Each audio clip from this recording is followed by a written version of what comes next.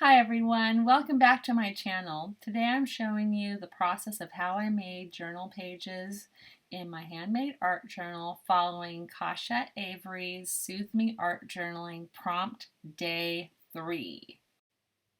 Okay, so the prompt was to adhere some collage pieces down onto your page and then rip them back up.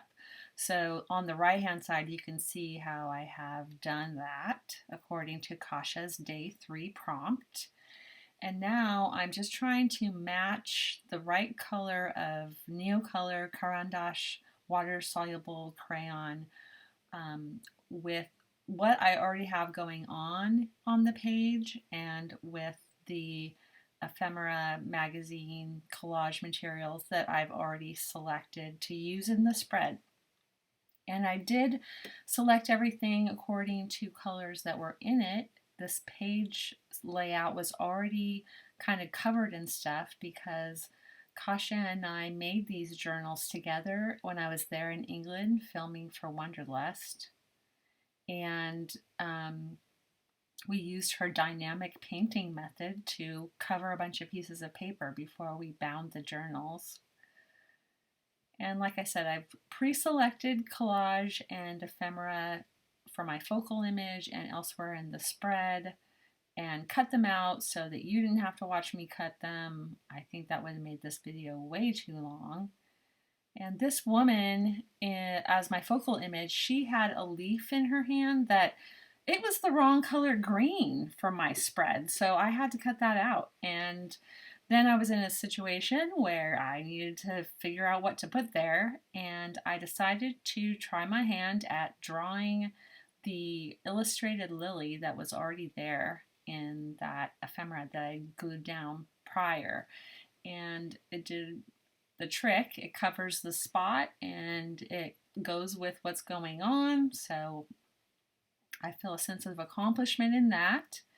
Now I'm just playing around with the other bits of collage that I want to put in the page. And you can see on the left that I have a pile of papers that I've already made, like art papers, painted papers, and I want to use some of those in my spread.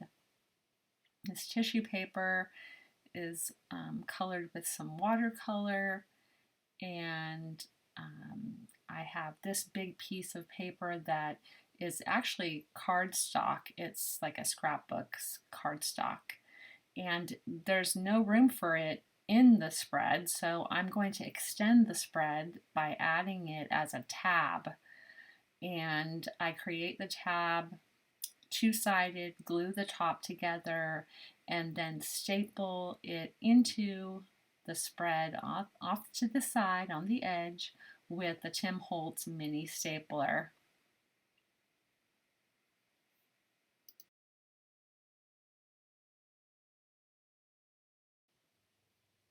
And I don't want to forget this little tiny piece of art paper that was just sitting there, so I glue that in too.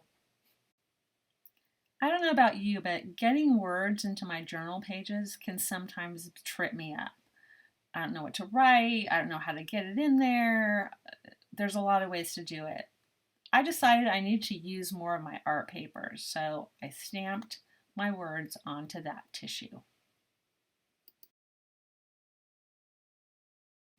In order to tear the tissue paper all around the outside of those words, I'm moistening it with a small line of water. Otherwise, the tissue would just rip probably in half as I'm trying to tear and ruin my words. So this worked out really well. I was very proud of myself that I used this technique. I'm figuring out where I'm going to put them on my spread.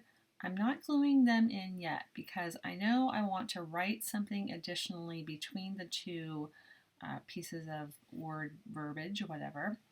And so I'm lightening up that area between them with some gesso, and while I'm at it, kind of integrating some of the collage papers together by smudging them up with some gesso. And as I'm doing that, I'm smearing a little bit of that black, it's probably a Stabilo that was in there. So that's water soluble and it will smudge and it looks kind of cool and messy like that. Now that that's finished, I'm going to glue down the words.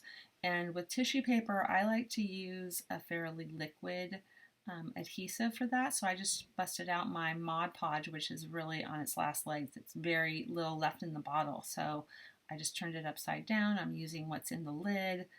I'm brushing it on and then kind of brushing it over the top of the pieces of tissue. I have waited for this ink that I stamped with to dry completely so that when I'm brushing over it wouldn't smear. I'm going to add some contrast and a little more messiness with this Stabilo Woody in black around the edges and around some of the images, just to accentuate them a little bit and put the background kind of back into the background a little. I do take my wet paint brush and work it all the way around the edges of the pages where I had marked them with the woody in black, give it that frame.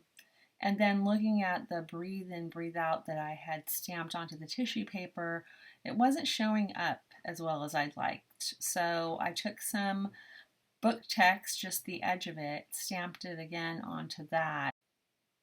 And once the new stamped words are glued into the pages, not only can I read my words better, there's also this cool echoing effect going on that looks really cool. And my final writing here is just some handwriting. I went in with pencil first to get the layout right and then went over the words with the Posca paint pen and fine nib, and I'm accentuating the downstrokes of each of the letters to make it look like brush lettering. But as you can see, I kind of messed up the Y. So I went in with some gesso to just open it back up. And because I now had a white blob where there are no other white blobs, I had to add some more white blobs. And it ended up being kind of a good thing because the black writing stands out a little bit better than it did before. And last but not least, adding a little splatter with my paint pen at the very end, a little grunge. And I think the only things that didn't end up in the video that I added afterwards are the outlines around the rose petals, some outlines of her features, and outlining and underlining some of the words in the text below her. Thanks so much for watching, guys, and if you like this video, please subscribe.